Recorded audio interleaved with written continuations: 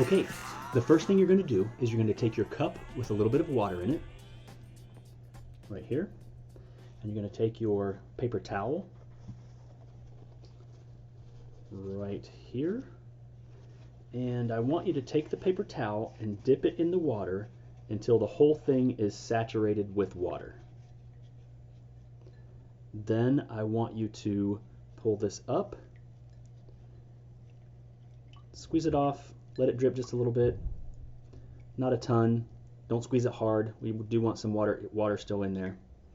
But then you're going to place that into your plastic bag,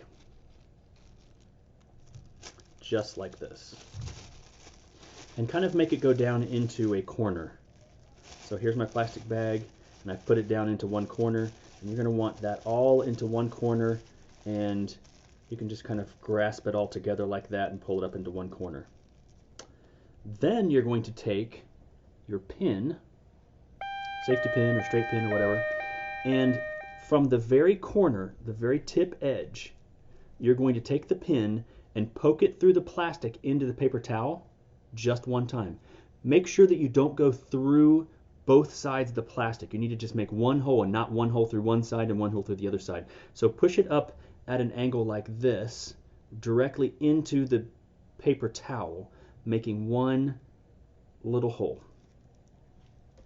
When you get finished, you should be able to take the plastic bag and the paper towel and squeeze it enough so that one drop comes out. 2 drops, 3 drops, 4 drops, 5 drops. And that will be your dropper for our surface tension and penny experiment today. So